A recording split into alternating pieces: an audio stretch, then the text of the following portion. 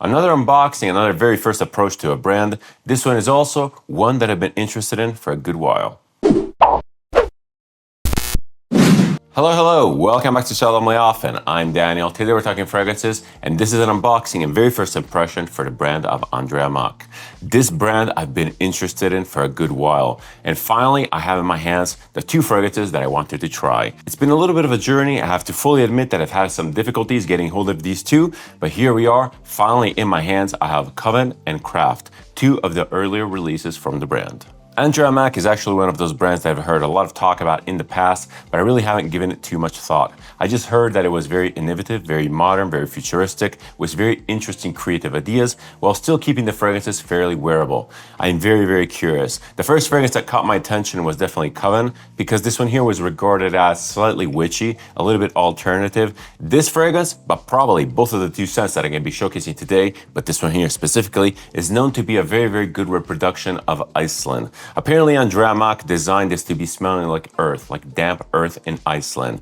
And it's actually representative of her days of picking potatoes with her grandparents or even parents. I'm not really sure about the story, but I thought it was a super cool idea and I can't wait to get my nose on it. Again, this is regarded as witchy. It's apparently supposed to be smelling like damp earth, like forest, like damp leaves. It's very interesting. I love fragrances that have those notes, and I have a couple of them, and this one here apparently is the one to rule them all, while still keeping it kind of designerish and kind of wearable. And I'm realizing that I forgot to mention something super important, which is crucial to this whole endeavor, crucial to me even being into these fragrances in the first place. Andrea Maack is a brand from Iceland, and I'm absolutely in love with Iceland. I would move there tomorrow. Andrea Maack is an artistic brand from Iceland, led by Andrea Maack herself.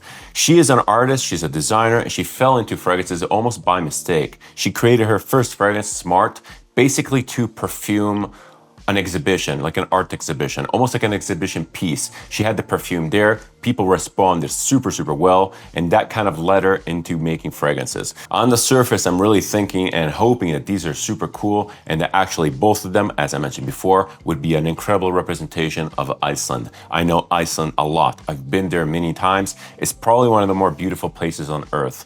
I led workshops there. It's absolutely incredible. Every time I go there, I'm like, wow, this place is next level magical.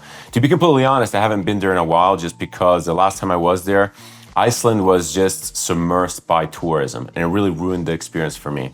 And it really left a sour taste in my mouth. But I'm really hoping that these two fragrances bring me back there, at least mentally, at least in memory. Sorry for that little Iceland tangent, but I thought it was quite important to really highlight why I'm so interested in the brand and why I'm so interested in these two fragrances. Otherwise, you probably could have thought, I'm not really sure why you're talking about Andrea Maack and how you got there. Because this brand actually, surprisingly, is usually targeted towards women. I barely see any guys talking about this.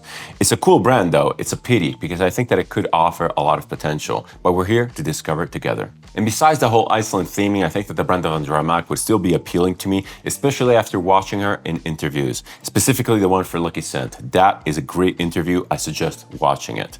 And it's all about the fact that she is very methodical, very design oriented, and she is attention to detail oriented. Apparently she designed these bottles, she made them custom, and she even went down the route of making a custom atomizer because she was not satisfied with the stuff that was available to purchase. And if you know me, I'm a sucker for attention to detail, as I've also highlighted in my recent review for Homage Reasons. I'm a sucker for uncompromising production. These two fragrances, even from the boxes, look absolutely amazing. I really like the design. It's super minimalistic, very precise. It's pretty much Scandinavian minimalism, and I dig that stuff so much. Again, these two fragrances on paper sound absolutely incredible. And before unboxing these things, I just want to go back to the scent profiles to really lay down my expectations before I actually get to sample these. Coven, as I mentioned before, is apparently based on the idea of picking potatoes from the damp Icelandic soil. It sounds absolutely amazing. Craft, on the other hand, apparently is a modern take on incense, a very clean, very aldehydic, very bright and metallic take on incense. This is basically referred to as like a futuristic church or something like that, like a very bright, metallic, futuristic inside of a church, very zen, very meditative, and very spiritual. I'm super into incense, you guys know it, and this one here sounds right up my alley. One last thing that I really want to mention before smelling these fragrances, and I'll do my best, I'll try my best to not let that aspect really affect my judgment on said fragrances, was the purchasing experience. I have to say that the overall purchasing experience and customer service was not that great. Now, I mentioned that I went to London at the end of July to visit my friend Mo, and I thought to myself, London is a massive city. It probably represents the best opportunity for me to seek out this fairly unknown niche brand, sample it on site, and possibly even purchase it. So here I go onto the official website. I look up the distributions, and apparently there are 2 in London. So I was like, yay, I'll finally get a sample of Andrea Maack. So me and Mo go to seek out these things, and the first distributor was Liberty, the mall, and they were out of stock. So we go onto the website, we look up the second distributor, we call, and they're also out of stock.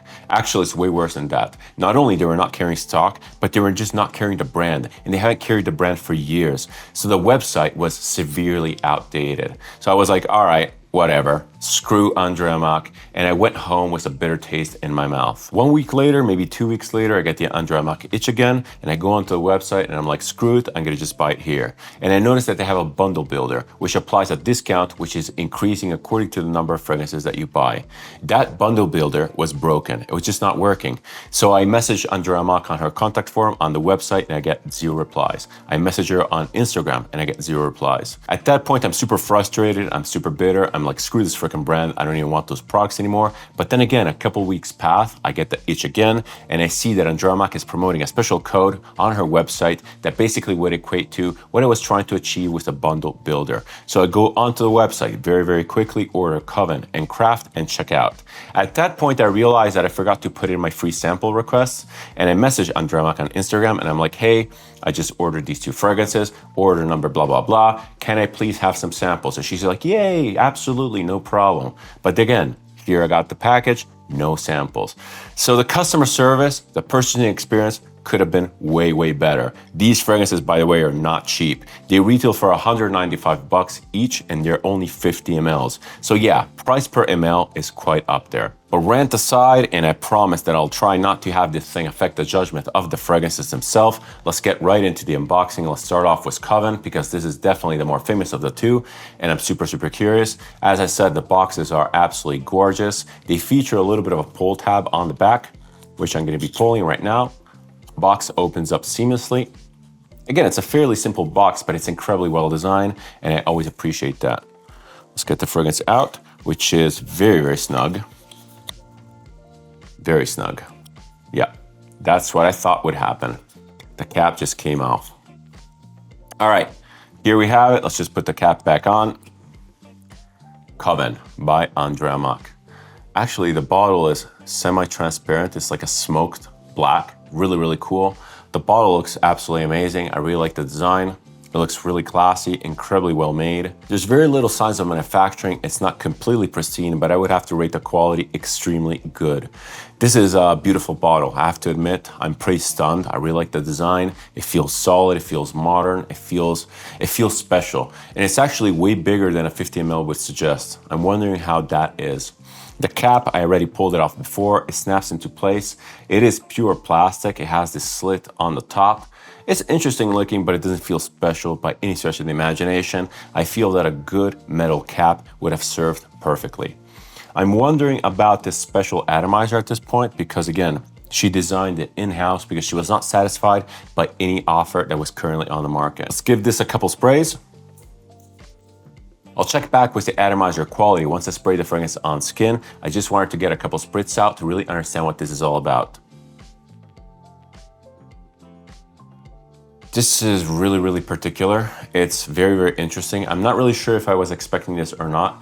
I had read the notes in the past, but to be completely honest, I barely remember them. I remember that there's soil. I remember that there's, I think, booze or whiskey or something like that. And I remember that there is some sort of a green note. That's about it. So this smells a lot denser than I was expecting. I was expecting something more airy and more dry. Not dry in the sense that it would detract from the dampness effect, but dry in the sense that this is quite sweet. It feels like the sweetness coming from like a vetiver note. It has that planty, rooty sweetness. The boozy aspect is also incredibly noticeable, and it's probably adding to that vetiver fermented sort of smell. It's very, very green, but also warm. It's warm and smooth. It's kind of sweet, but also green. It's kind of reminding me slightly off the bat of something like Sultan Vetiver by Nishané. It's not as green, it's a lot darker, but something along those lines, maybe like a more approachable version of that, but it has the same level of density. This is very, very interesting. I have nothing that smells like this in my collection whatsoever. I thought it would be a lot more wearable. I thought it would be something along the lines of a designer plus style of fragrance, but this is bold. It's very direct in its imagery. But don't get me wrong, it's much more of a romanticized version of the idea of picking potatoes in the damp Icelandic earth. It does have some of that metallic earthiness. It does kind of smell like potato, and maybe it's the whiskey notes which is really selling the idea of this like fermented potato. I'm not really getting that witchy smell, that vibe, that mood that people seem to be talking about in the reviews. But it's super unique. I really like it. It smells incredibly interesting. So just to recap, before we move on to Craft on paper and then back to Coven and Craft on skin, the main things that I'm getting here are a very distinct green vegetable note, which is similar to something like Synthetic Jungle by Frederic Malle. It still gives me that watery, very lush vegetation aspect. Then I'm getting some earthiness, which is coming across a little bit as metallic. It has a distinct starchiness. Again, I'm not really trying to read into the notes of those potatoes, but it has a facet of it which is almost coating my mouth. It's covering my mouth with this starchiness. I'm not really sure how to describe it. And then there's this sweet fermented boozy note, which is something like vetiver. Maybe it's like potato. I'm not really sure what it is, but it's distinctly boozy. Interesting, super, super cool. The fragrance is much darker and much deeper than the notes may lead you to believe. That is definitely something to take into account, and probably on my skin, it will get even darker and richer. Very, very cool. I like this a lot. Let's move on to Craft though. All right, Craft, same sort of thing. The box differs by this paint streak up top, which on Coven was deep green. On Craft, it's this very light gray. Same pull tab on back. Very nice packaging. It's just seamless. I really like it. And again, it's a simple box, which is cardboard, but it's really, really nice. This one here came out much smoother, and I didn't have to pull on the cap as much. Craft, same sort of presentation, actually identical presentation. The glass is smoked, but it has this slightly green tinge. Very, very interesting. I like this a lot. Again, presentation is pretty much top notch. It's super unique, and I really applaud the design factor. Let's give this a couple sprays.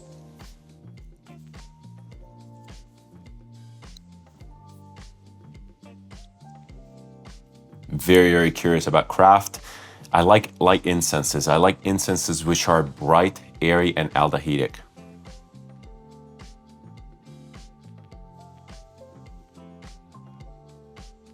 Yeah, this is definitely my jam.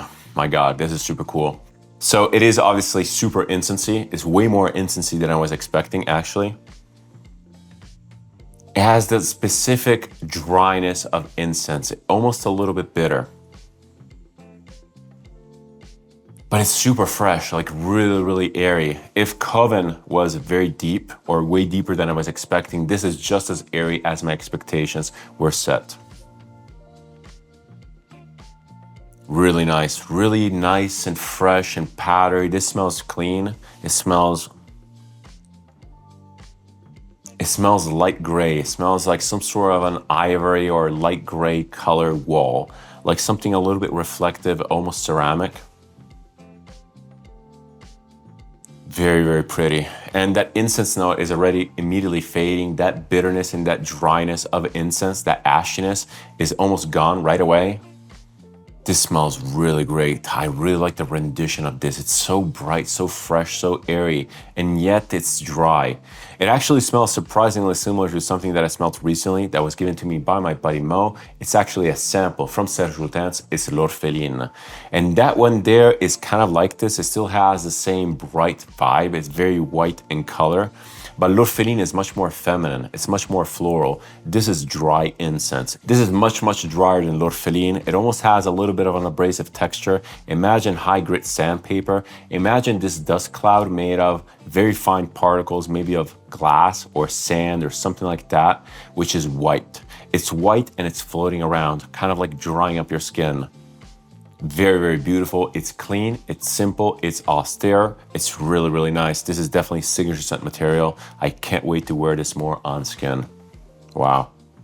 Off paper, this is really, really solid. I like this more than Coven. Coven is still very, very interesting, but this is definitely much more my speed. I would wear this to the office any day of the week. It's really, really nice. It just comes across as put together, but super unique at the same time. This is borderline psychopath, but not really, because it's more incense-based. So it's like a weird spiritual alien being or something like that. Very, very interesting. All right, based on my paper sampling, I'm already completely sold on these. I'm very, very eager to go on skin. So let's go back to Coven. But before that, let's test the atomizer in the air. Very, very beautiful, not super pressurized, but it sprays incredibly well. And I can totally see how this is a custom design. I've never seen an atomizer spray exactly like this. Probably the closest thing is something like the Louis Vuitton atomizers, which are basically top tier. Let's give this a couple sprays on my skin, maybe even 3. I just want to commit. So this here is Coven.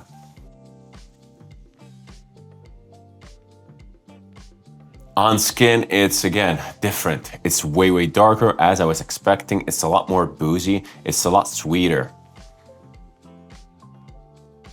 The greenness is way less prominent. It's way less vegetative. It's way less crunchy and fresh.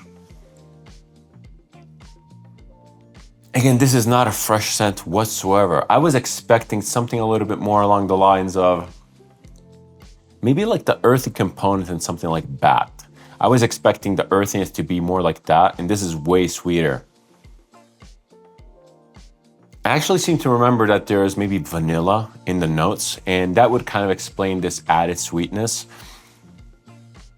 It's still very, very particular because this vanilla and this booze are combining with this earthy starchiness, and they're not making it gourmand at all. This is far from being gourmand. It's really not edible. It just smells really strange because it smells fermented. I think that when you add greenness to sweetness, it comes across as fermented. And I'm still getting this vetiver, rooty sweetness here. It's very, very specific. Again, I might be reading through the lines, I might be a little bit biased from the marketing, but it does indeed kind of smell like pulling a plant from the soil and leaving this giant hole, that it's full of moisture, full of roots, and maybe even some insects. It's not creepy, it's not bad, it doesn't smell like a zoologist, it doesn't smell like a Toscarat, it smells much more like a perfume, but a perfume that is depicting that image. So it doesn't necessarily go all out designer plus in style, but it definitely carries a lot more versatility and wearability compared to my first impressions off paper. I think I like the paper version a little bit more because this is a little bit too dark, it's too sweet, it's too boozy and fermented. But who knows, because again, it might develop a lot. And this starchiness is really strange. This is the part that makes the fragrance incredibly unique. Again, it's almost coating my mouth and not in flavor, it's almost drying it out. It feels like licking a potato that's raw. If you ever put your tongue on a potato, on a raw potato, if you ever eat in a raw potato, I'm not necessarily suggesting to do that because they're not really easy to digest, but you know exactly what I'm talking about. It feels, again, it has this thickness to it. Thick, dry metallicness. It smells almost, how do I put it? It smells like tree sap. It smells like the sap inside a vegetable or a plant. It has this weird off acidity, or maybe it's actually going all the other way and being basic, but there's something chemical in here which is almost interacting with my saliva, drying it out and making it a little bit pasty. Yeah, that's what it is. It has this pasty, starchy texture, which is making the fragrance smell insanely unique. Very, very interesting, amazing take. I think it's super well done. I can't necessarily remember the perfumer for this because it's not Andrea Maack. Andrea Maack is a creative director director, and she employs perfumers. And she employs perfumers basically changing all the time. She even had a fragrance with Dominic Ropion. I think that one there being Magma. I was really hoping to get a sample of that. Yeah, I'm still bitter. Anyway, Coven, very, very cool. It smells super nice. It's not for everyone, but I have zero reserves about wearing this at the office. Again, it's not challenging, it's not stinky, it's just different. It's different in a cool way. I think that this adds a lot of personality, adds a lot of character. Cool stuff. I really dig this, and I'm super happy about purchasing this. All right, let's move on to Craft. This one here I'm actually way more excited about. I was completely convinced that I would be loving Coven a lot more than Craft, but this one here really surprised me, especially on paper. Let's give it a couple sprays on my skin, maybe even 3. Beautiful atomizer once again.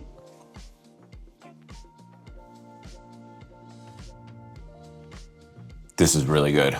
This is really, really good. This is exactly the incense that was missing in my collection. It's very fresh, very metallic and airy. It has this sterile, clinical feel about it. It almost smells like stainless steel shavings, or rather, to be completely honest, it almost smells like welding fumes. It has this bright, dry, pungent smell, which is super unique. And again, don't get me wrong, this is very, very light. It's very airy. It's not invasive whatsoever. This is not a strong smell. Or rather, it's strong because it's very particular, but it's not stepping on anyone's toes. It feels part of the environment. I think that, again, you could wear this probably day to day at the office. This has a similar presence to something like Ganymede by Marc-Antoine Barra. It has the same dryness. It has the same weird clinical factor to it, but it smells a lot more natural. Ganymede has a very specific synthetic note, which does not come across here whatsoever. Actually, also Ganymede is not incense-based whatsoever, and this is almost pure white incense. It's like a white, wispy incense. It doesn't come across as church-like whatsoever, at least to me. But again, I'm not religious. I'm not super versed in church practices. This, to me, is more of a representation of a quiet, alien white environment. That's what I'm getting. I'm getting this solemn sort of like reverb in the air. It's very clean, it's very spiritual, but not in a religious way whatsoever. This is absolutely beautiful. And on skin, it's actually quite similar to paper. I was scared that my skin would darken it up a lot, but that's not the case. So Craft, amazing stuff. I really, really dig this. This is absolutely beautiful. Wow. And I decided to go for Craft and Coven, which are eau de parfum, by the way, both of them, instead of the new releases, which are extrait de parfum, because I wanted a good foundation for the brand. I wanted to understand what the brand was about, and these two are absolute bangers. Will I be purchasing more? Not really sure. That whole purchasing experience, that whole customer care experience was not that great. But maybe if I can get a similar deal to what I got for these, I might be diving into those extracts because some look really, really cool. Again, I can't remember exactly which is what. The notes are fleeting, and if you look at fragrances that seem intriguing by the name, like Magma, apparently those are very fruity and very sweet. So I'm not into that. I want more smoky, I want more edgy takes from the house. If you know anything about Andrea Maack, leave a comment down below. I'll be definitely bringing you full reviews of these two in due time. I think they're absolutely awesome, and overall, I'm happy with my purchase. If you like this type of content, if you like my approach to video, feel free to subscribe. It's always massively appreciated and it helps the channel. If you want to interact with me, leave a comment, suggestion, opinion, or anything else down below. I always reply and I always keep the conversation open. Thank you so much for watching. Thank you so much for your time. It's never taken for granted. Many more reviews, many more unboxings, many more fragrance showcases in general. I'm super excited of what's to come on this channel. Stay tuned. See you next time, and cheers.